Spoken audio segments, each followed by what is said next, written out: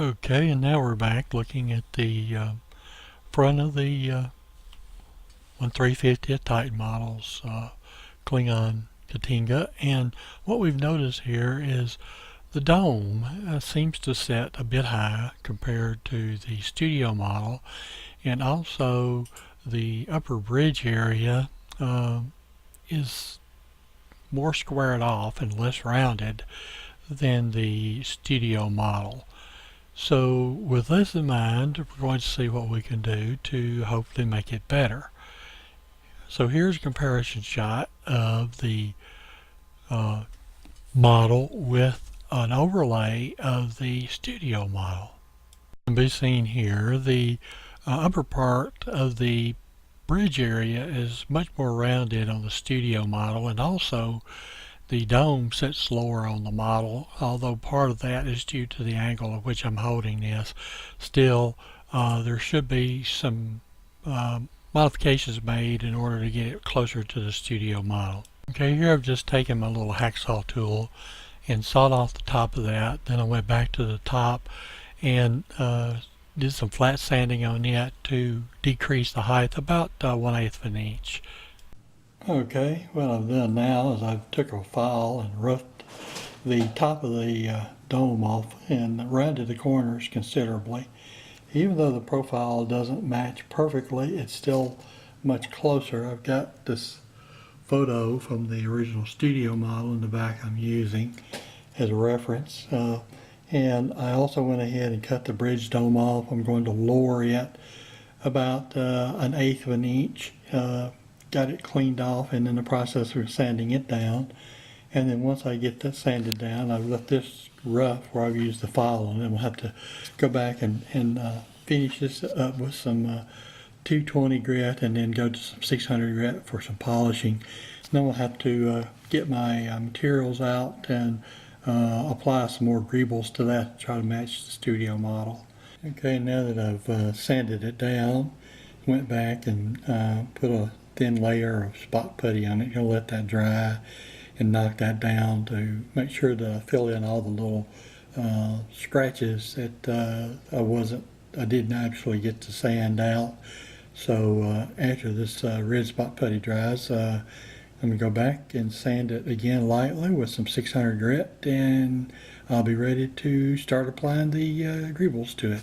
So here I brought out my chopper tool to trim some styrene to the right size, 10,000 styrene.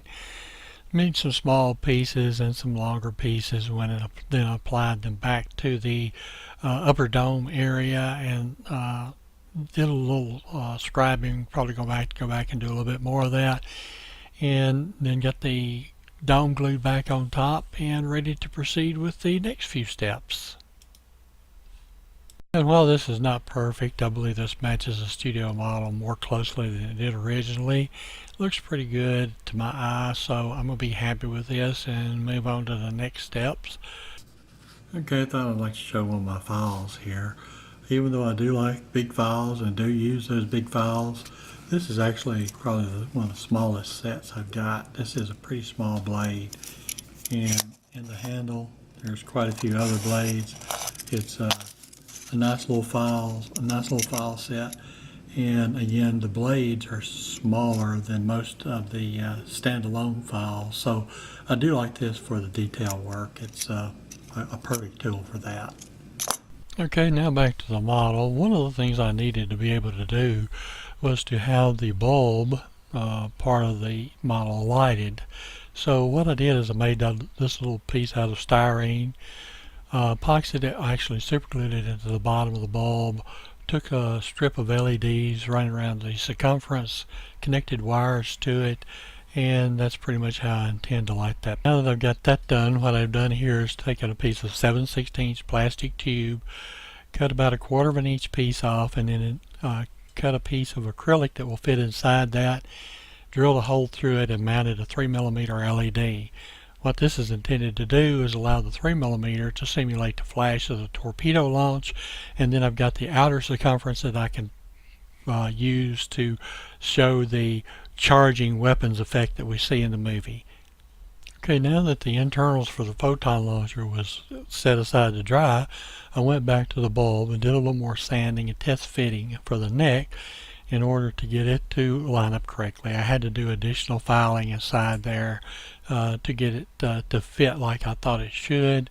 Once I got the neck in the bulb where it would line up appropriately, I used some 5-minute epoxy, filled the section full, and set it aside to dry. Okay, now it's time to turn to the base of the ship and remove this little piece of resin. That's where the strobe for the bottom part should be. And to do that, I used my little hacksaw blade and carefully sawed off the bottom of that.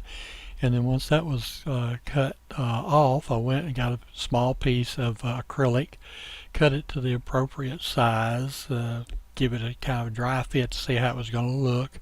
Then I went back to my tools and pulled out my pliers, and this is basically how I shaped that. By using the pliers and holding it in place at whichever angle I need, I can go back with the file and actually file down until I'm rubbing the top of these flat pliers in order to make the shape that I'm looking for. Okay, I mounted the acrylic onto the bottom of the model after shaping it with my pliers and file, and the profile does appear to be about correct from what I've seen, about the right height, and the size looks good. And so I went ahead and epoxied that in place, drilled a hole through the base of the model here, and I mounted the 3mm LED with a hole that goes through and exposes the front of the LED to the clear acrylic, and I tested it, and it does illuminate the acrylic perfectly. No problems there, so I'm pretty happy with that.